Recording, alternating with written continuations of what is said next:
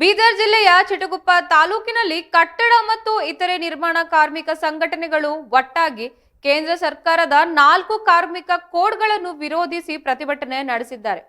ಈ ಪ್ರತಿಭಟನೆಯು ಕಾರ್ಮಿಕ ಕಾನೂನುಗಳನ್ನು ದುರ್ಬಲಗೊಳಿಸುವ ಪ್ರಯತ್ನವಾಗಿದೆ ಎಂದು ಆರೋಪಿಸಿ ಕಾರ್ಮಿಕರ ಹಕ್ಕುಗಳನ್ನು ರಕ್ಷಿಸುವಂತೆ ಒತ್ತಾಯಿಸಲಾಗಿದೆ. ಪ್ರತಿಭಟನಾಕಾರರು ಕಾರ್ಮಿಕ ಕಾನೂನು 1996 ಮರುಸ್ಥಾಪಿಸುವಂತೆ ಆಗ್ರಹಿಸಿದ್ದಾರೆ. ಪ್ರತಿಭಟನೆಯಲ್ಲಿ ಭಾಗವಹಿಸಿದ ಕಾರ್ಮಿಕರು ಸರ್ಕಾರವು ಅಪಘಾತದಲ್ಲಿ ಸಂದರ್ಭದಲ್ಲಿ ತಕ್ಷಣದ ಸಹಾಯವನ್ನು ತೆಗೆದುಹಾಕಿದೆ ಎಂದು ಆರೋಪಿಸಿದ್ದು, ಜೊತೆಗೆ ಫಲಾನುಭವಿಗಳಿಗೆ ಮನೆ ನಿರ್ಮಾಣಕ್ಕಾಗಿ ನೀಡಲಾಗುತ್ತಿದ್ದ ಸಾಲ ಸೌಲಭ್ಯವನ್ನು ಕೈಬಿಡಲಾಗಿದೆ ಎಂದು ದೂರಿದ್ದಾರೆ. ಫಲಾನುಭವಿಗಳ ಮಕ್ಕಳ ಶಿಕ್ಷಣಕ್ಕಾಗಿ ನೀಡಲಾಗುತ್ತಿದ್ದ ಆರ್ಥಿಕ ನೆರವನ್ನು ಸ್ಥಗಿತಗೊಳಿಸಿರುವುದು ಕಾರ್ಮಿಕರ ಆಕ್ರೋಶಕ್ಕೆ ಕಾರಣವಾಗಿದೆ. ಪ್ರತಿಭಟನಾಕಾರರು ಕೇಂದ್ರ ಪ್ರತಿನಿಧಿ ನಿಯಮದ ಸೂಪರ್ ಸೀಟ್ ಮಾಡುವ ಅಧಿಕಾರ, ಮೂಲಭೂತ ಸೌಲಭ್ಯಗಳ ಕಡಿತ, ಉದ್ಯೋಗಗಳ ಪರಿಹಾರ ಕಾಯ್ದೆಯನ್ನು ದುರ್ಬಲಗೊಳಿಸಿರುವುದು, ಸ್ವಯಂ ಮೌಲ್ಯಮಾಪನದ ಮೂಲಕ ಸೆಸ್ ಸಂಗ್ರಹ, ಕಾರ್ಮಿಕರ ಮೇಲೆ ದಂಡಗಳ ಏರಿಕೆ ಮತ್ತು ಅಂತರ ರಾಜ್ಯ ವಲಸೆ ಕಾರ್ಮಿಕರ ಕಾಯ್ದೆಯನ್ನು ದುರ್ಬಲಗೊಳಿಸುವಂತಹ ನಿರ್ಧಾರಗಳನ್ನು ತೀವ್ರವಾಗಿ ಖಂಡಿಸಿದ್ದಾರೆ.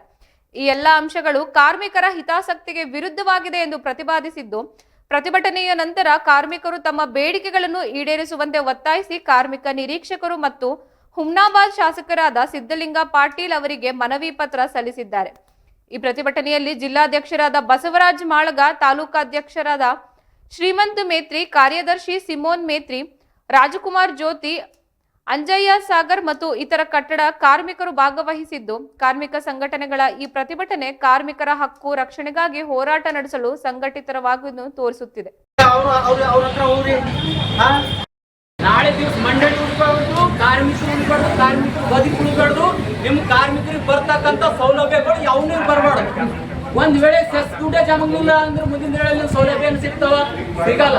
ಅದ್ರದ್ದು ಒಂದೇನದ ಷಡ್ಯಂತರ ಅದ ಕೇಂದ್ರ ಸರ್ಕಾರದ್ದು. ಇನ್ನೊಂದೇನದ ಅಂತಂದ್ರೆ ಇವತ್ತ ಮಂಡಳಿಯಿಂದ ಹಲವಾರು ದುಡ್ಡು ವೇಸ್ಟ್ ಆಗ್ತಾ ಇದೆ, ಅದ್ರ ಬಗ್ಗೆ ಗಮನ ಹರಿಸ್ತಾ ಇಲ್ಲ.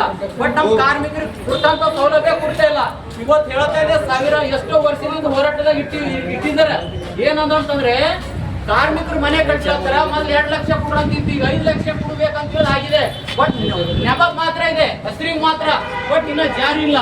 ಉಳಿದಂತ ಸೌಲಭ್ಯ ಕೂಡ ಮುಂದಿನ ದಿನಗಳಲ್ಲಿ ಜಾರಿ ಮಾಡಬೇಕು, ಕಾರ್ಮಿಕರ ಬದುಕು ಉಳಿಸಬೇಕಂತ ಅವ್ರು ಸ್ವಲ್ಪ ಜಾಸ್ತಿ ಮಾಡ್ರಿ. ಒಂದ್ ವೇಳೆ ನೀವು ಹಿಂಗೆ ತರ ನಮಗೆ ಮೋಸ ಮಾಡ್ಕೊತ ಹೋದ್ರೆ ನಾವು ಮುಂದಿನ ದಿವಸದಲ್ಲಿ ಸೂರು ಕೊಡಲ್ಲ.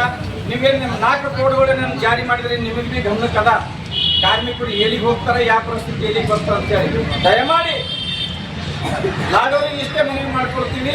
ನೀವು ಕೂಡಲೇ ಇದು ಕೈ ಬಿಡಬೇಕು. ಮತ್ತು ನೀವು ರಾಜ್ಯ ಸರ್ಕಾರದವ್ರಿಗೆ ಅವ್ರಿಗೆ 4 ಕೋಡ್ಗಳನ್ನು ಜಾರಿ ಮಾಡ್ಲತ್ತಾರ, ಅವ್ರಿಗೆ ಕೂಡಲೇ ನೀವು ಭಾಳ ಒತ್ತಾಗಿಂದ ರದ್ದು ಮಾಡಿಸ್ಬೇಕಂತ ಹೇಳಿ ನಮ್ಮ ಮನವಿ ಕಳಕಳಿ ಅದ. ಅದ್ರ ಸಲುವಾಗಿ ನಾವು ಹೇಳೋದು ಇಷ್ಟೇ. ಯಾಕಂದ್ರೆ ಭಾಳಷ್ಟು ಜನ ಮಾತಾಡೋರ ನಾವು ಯಾಕೆ ಇಲ್ಲಿ ಬಂದೀವಿ ಅಂದ್ರೆ, ನೀವು ಬರೀ ನಾವು ಕಿಟ್ ನೆಪದಲ್ಲಿ ಬಂದಿಲ್ಲ, ನಮ್ಗೆ ಕಿಟ್ ಸಿಕ್ತ ಅಂತ ಹೇಳಿ ನೆಪದಲ್ಲಿ ನಾವು ಎನಕಾಯಿ ಕೆಲಸಕ್ಕೆ ಬಂದಿಲ್ಲ. ಹೋರಾಟ ಸಮಯದಲ್ಲಿ ಏನದ ಅಂತಂದ್ರೂ ಕೂಡ ನಾವು ನಾಡು ಬದುಕೋದು ಕೂಡ ನಮ್ಗೆ ಏನದ ಅಂತಂದ್ರೆ ವಿರೋಧ ಮಾಡ್ತಾ ಇದ್ದಾರೆ. ಅಲ್ರಿ ನಮ್ಮ ಕಾರ್ಮಿಕರು ಬಿಟ್ಟು ನಿಮ್ಗೆ ಬೇರೆ ಯಾರು ಕಾಣಲ್ವಾ ನಿಮ್ಮ ಕಣ್ಣಿಗೆ?